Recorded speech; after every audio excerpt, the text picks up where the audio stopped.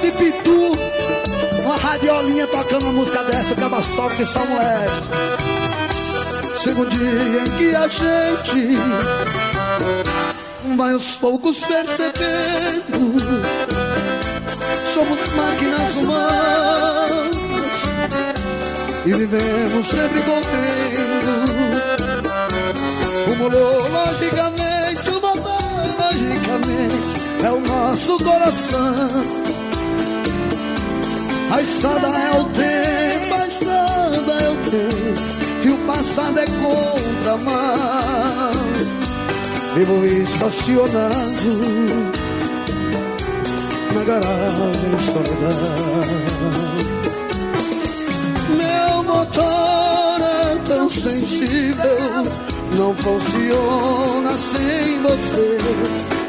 Teu amor é combustível, venha me abastecer.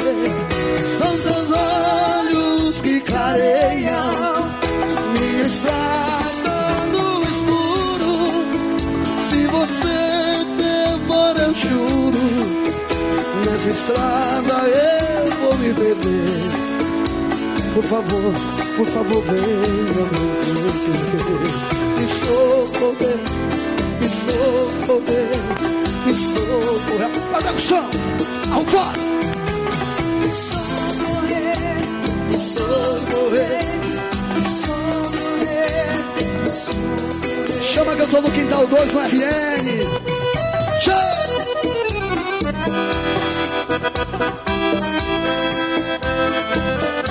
Edivaldo Bastos, um dos empresários mais apertados, respeitado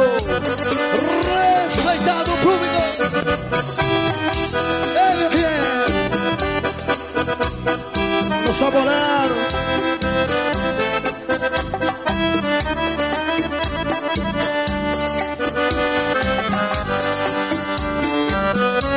Chega um dia em que a gente, vai aos poucos percebendo, vai aos poucos percebendo. Somos máquinas humanas, somos máquinas humanas e vivemos sempre correndo. O motor logicamente é o nosso coração. A estrada é o tempo, a estrada é o tempo, e o passado é contramão. Fui estacionado na garagem de solidão.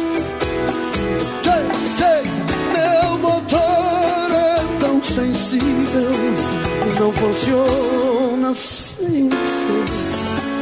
Meu amor é combustível, venha me abastecer. São teus olhos que clareiam minha estrada no escuro. Se você demora, eu juro, nessa estrada eu vou me perder.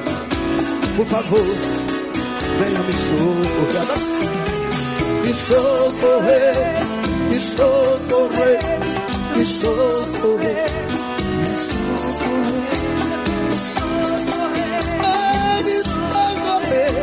me socorrer, me socorrer, me socorrer, me socorrer, me socorrer, vai, vem me socorrer.